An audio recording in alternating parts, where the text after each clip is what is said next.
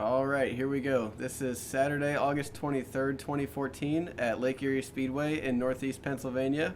NASCAR Whelen All-American Series feature division. This is actually the second feature of the night since the week before had a rain out. So this is the second 30-lap feature of the evening. The first one was completed probably about an hour and a half before this.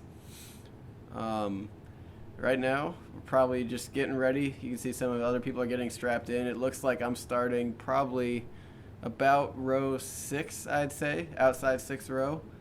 So not an ideal starting spot, but I guess it could be worse. It could be in the 13th spot in the row behind. Probably waiting for the Legends Division Victory Lane presentation to be over right now since they're the feature division that runs before us.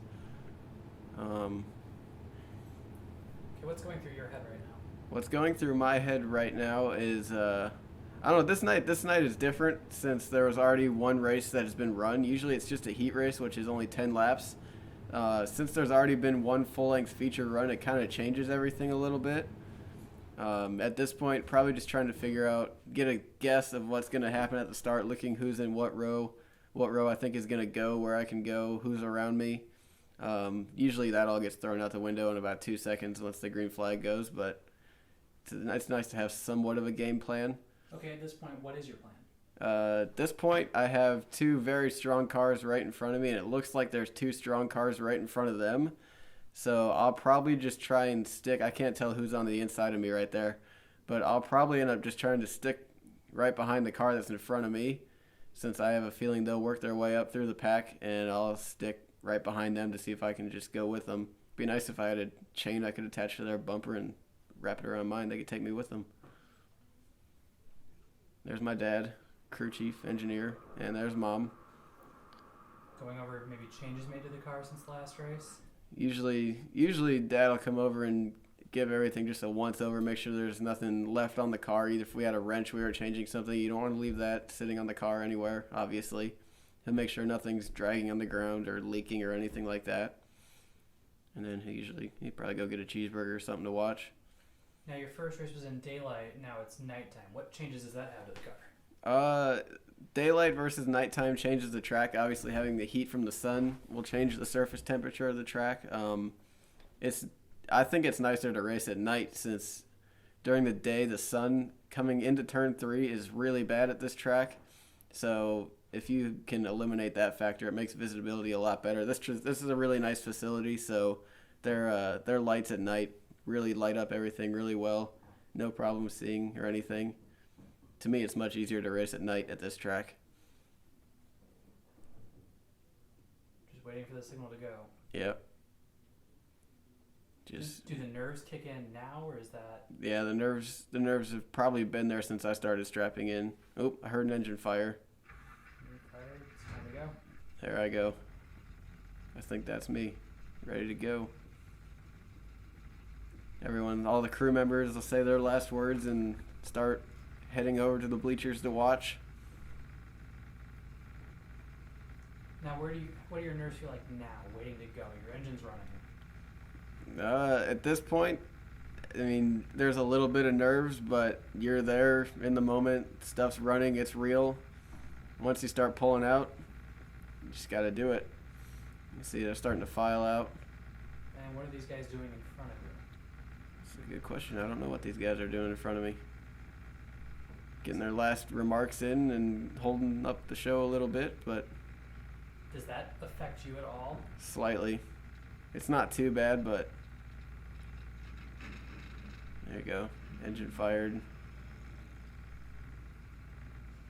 Still waiting. Thinking about going... Nope, there we go.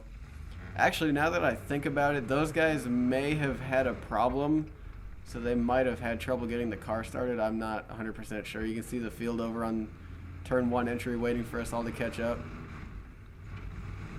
Now that you're on the track, now you're under caution, your nerves dissipate a little bit because you're actually going? They dissipate a little bit. It turns more into excitement than nervous, so I guess it's a good blend of nervous excitement at this point. You go up and see the fans, get a little bit of speed up, scrub the tires, get some heat in the engine. Just get ready to go. Start kind of forming into formation here. Try to scrub the tires. There's a lot of loose rocks and stuff in the pits you can pick up, so you want to get all that crap off your tires.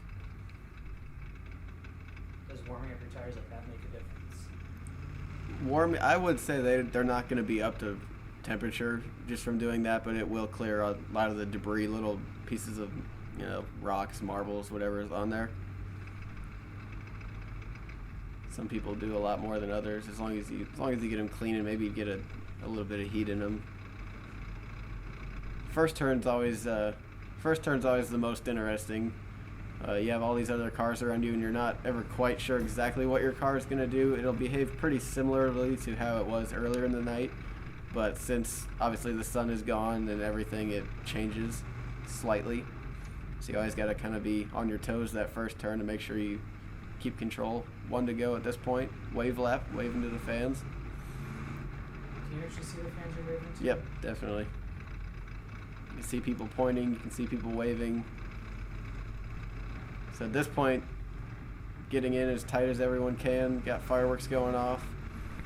Starting to wait. It's a little tough in the back since everything kind of accordions back. And there we go. Kind of watching in front of me, watching the entrance to the turn the whole way down to make sure nothing's going to go wrong that I have to slow down for or go around. Stayed pretty well informed this first lap, so just kind of staying in line, waiting for it to thin out a little bit. I assume you're standing high because there's a car inside. Yeah, I prefer to run the low line on this track, but obviously if there's another car in the way, I can't really do that. Whoa. Close. Kind of got squeezed out there. Ooh. Yeah, that was... I got bumped into a little bit there. And what does that mean for you? At this point, the nerves are gone. That probably makes me a little bit angry because I kind of got squeezed out of the field right there. I was about 4 spots up, and because those two guys kind of pinched up on me there, I had to slow down to not get put in the wall. So I lost a couple of spots, and now I'm trying to play catch up to get back to where I was. Now those guys are bumping you. Do you kind of feel the same? Ooh, did it again right there. Those guys are... Yeah, you can hear me letting up there a little bit. Those guys are kind of scaring me.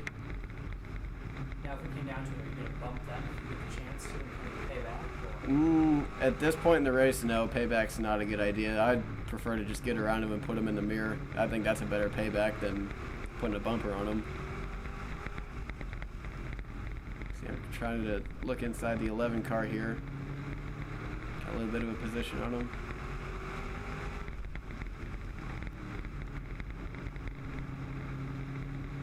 This race, I think these were very, very old tires. They'd been used for a couple weeks prior, and they've already had a feature on them tonight. So these tires were a little bit on the older side. How much faster can you go with new tires? New tires, probably 2/10 of a second per lap at this track, which doesn't sound like a whole lot, but if you add that up over the course of a 30-lap race, that makes a pretty big difference. Mainly just helps you come off the turn. You can stick a lot better. You can kind of see it wobbles coming out of the turn. That's a loose condition, which this car gets loose a lot. We found some setup problems with it that probably led to it, but this car, all season we were fighting a loose issue. It would handle good about the first 7 to 8 laps of the race, and then by about lap 11 or 12 it was loose, and then just because it was loose, you keep spinning the wheels and it keeps putting more heat in that right rear, makes it grow, and then it just kind of makes itself worse as the race goes on. It looks like you're faster than the 11 car, but you can't seem to get the block. Yeah. You can see I went up higher to the wall there. Ooh, I pushed it a little too hard. I got loose going in there. But usually if I'm trying to get someone on the inside, I'll swing up high and then kind of try and dive down to them coming out of the turn as opposed to going in. I think at some of these points I end up trying both methods just to see what is going to be my best chance.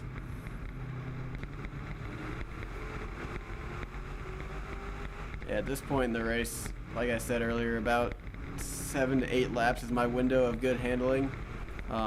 See if I can look at the board when we go by. I'll look at the board every once in a while to see what lap we're on. I couldn't really tell right there, but it's probably been more than 7 or 8 laps at this point. So this car is probably getting a lot more loose on me. If you can hear the audio, you'll be able to tell the throttle is I'm kind of working it instead of just putting it down, trying to find the balance of how much gas I can put down at one time to stick and not just slide off the turn. And you're not flat out the whole way on the track? No, definitely not flat out the whole way around. It doesn't take a whole lot of brake, but there's a little bit to obviously slow you down and to set the car a little bit. Where do you hit the brakes coming into section 3? You can, when I let off the gas, I usually fade off the gas and kind of work onto the brake. The brake is real quick though, and then you're just off and coasting. Watching these guys up in front of me here have kind of been going back and forth with each other, trying to make sure they're not going to spin out or get into each other. You can see the one car on the inside there is looking a little loose. So I'm not focusing on them completely, but I'm keeping an eye on it. Now that they're going 3 wide, definitely got to keep an eye on it. Where are your eyes looking forward? Where do you watch on the track? Eyes are always ahead. You can't be one of those guys that looks right on their bumper, as we say, driving off the hood ornament, because that's when you see the cases where someone ends up spinning out and then 10 seconds later someone comes barreling in there. You got to look ahead to avoid stuff like that. So it's safe to say you're looking through the turn ahead. Yes. I'm probably looking about where those yellow cars are, is where I'm looking to give myself enough time to slow down and steer out of the way, whatever I need to do in case something goes wrong. At this point, I'm trying to keep an eye ahead of me, but I'm also trying to probably fight my own car to keep it in line. Oh, that's why you keep an eye out right there, stuff like that. How much warning do you have if something that seems Not much. You don't get much warning. Is it Sometimes you can see someone start to lose control and you can tell they're at a point where they're not going to save it, but when someone gets into someone and turns them, it happens fast. So now we'll all they're on the radio. They're going to make any lineup changes if they need to, get us in the right order. We'll catch up to the field here. This track has a spinny rule, so if you cause the accident, you also go to the back. We'll get the lap cars shuffled to the back of the field. If we're over halfway in the race, it'll probably go to a single file lineup as opposed to a double file. Now, what does this do for your nerves? You've been racing hard for so long. Sometimes it's nice, and sometimes it's a nuisance to have a caution in the middle of the race. Sometimes it's nice to be able to kind of pop your visor up, get some fresh air, kind of rethink what you're doing. There you go, that's the spinner car, so it's going to the back. We'll catch up, get the lap cars shuffled out. At this point, it looks like single file, but usually we don't line up double file until the lap before the green flag comes out. Now, do you have a plan going forward on this restart as well? Plan on these restarts are a little bit different. With a single file restart, passing is only allowed to the outside, so you don't have to really worry about anyone coming inside of you unless they try and break the rules, but they usually get in trouble for that. So a lot of the times, the way this works, you'll have guys that if you're lined up with them, they'll try and dive to the outside of you like that in the turns and try and get a run on you coming out of the turns, because that way they can hit the gas before you do. And probably at this point of the track right here, they'd be next to you. So you got to kind of watch out. Lights went off, white flag's out, means we're going green this time. Feel it kind of condense a little bit. How close do you want to be the guy in front of you on these restarts? These restarts, I mean, there's some people that'll ride your bumper the whole way through. Is that the best way to do it, though? I don't think so. It makes people angry. Right there. I don't think, no one came on the outside that time, so I'm going to try and work on the 18 car here, see if I can get anything on the inside.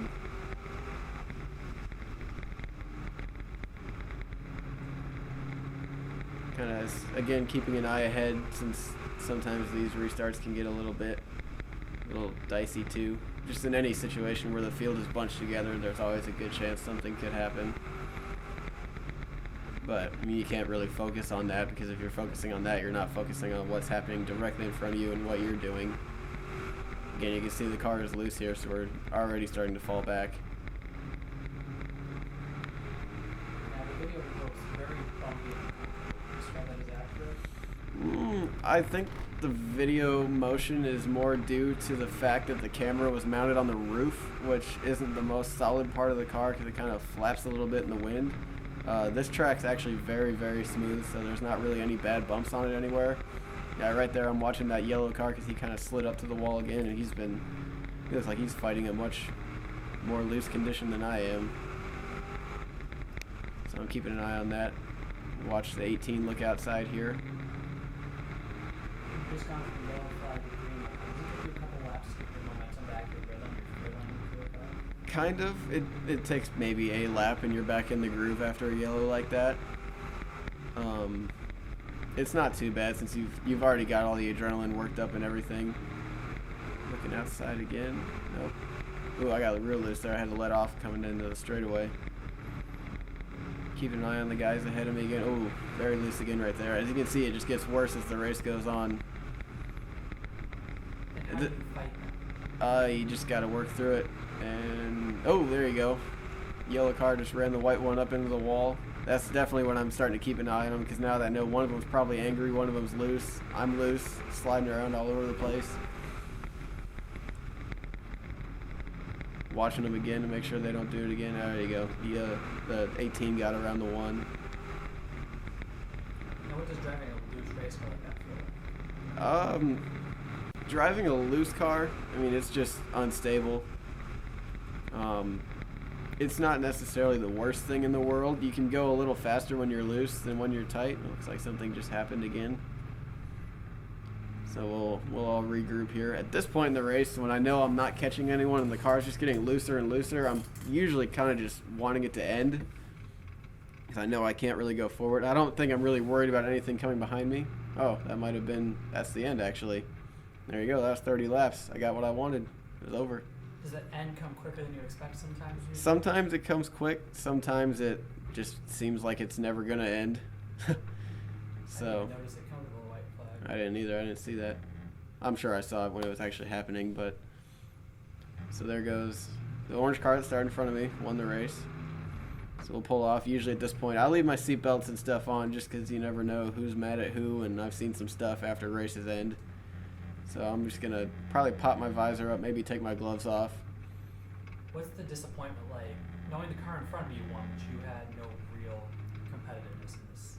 I wouldn't say it's a disappointment. I mean, we kind of know where we are in relation to everyone else, and I guess it's not really disappointing. The way I look at it is I just look for improvement every week, so if I can, as long as I'm not doing any worse than I had been previously, I'm not usually too upset. So we'll pull in here, probably get some tire temperatures, some other measurements like that. You can see Dad ready to go there. And at this point, I'm going to get out, and that'll be the end of that. What are your steps moving forward for the next race? Usually we'll look at the data that we get from the tires and stuff, we'll look at the conditions throughout the day, look at stuff like stagger, air pressure, all that stuff, and just try and keep making little adjustments every week and keep going from there. Okay, last thing, where can people find you on Twitter, Facebook? Facebook, we have a fan page for Jacked Racing, Jacked. On Twitter, you can find me at JackedRacing00, and on Instagram, it's JackHall0. Perfect. Thanks for watching.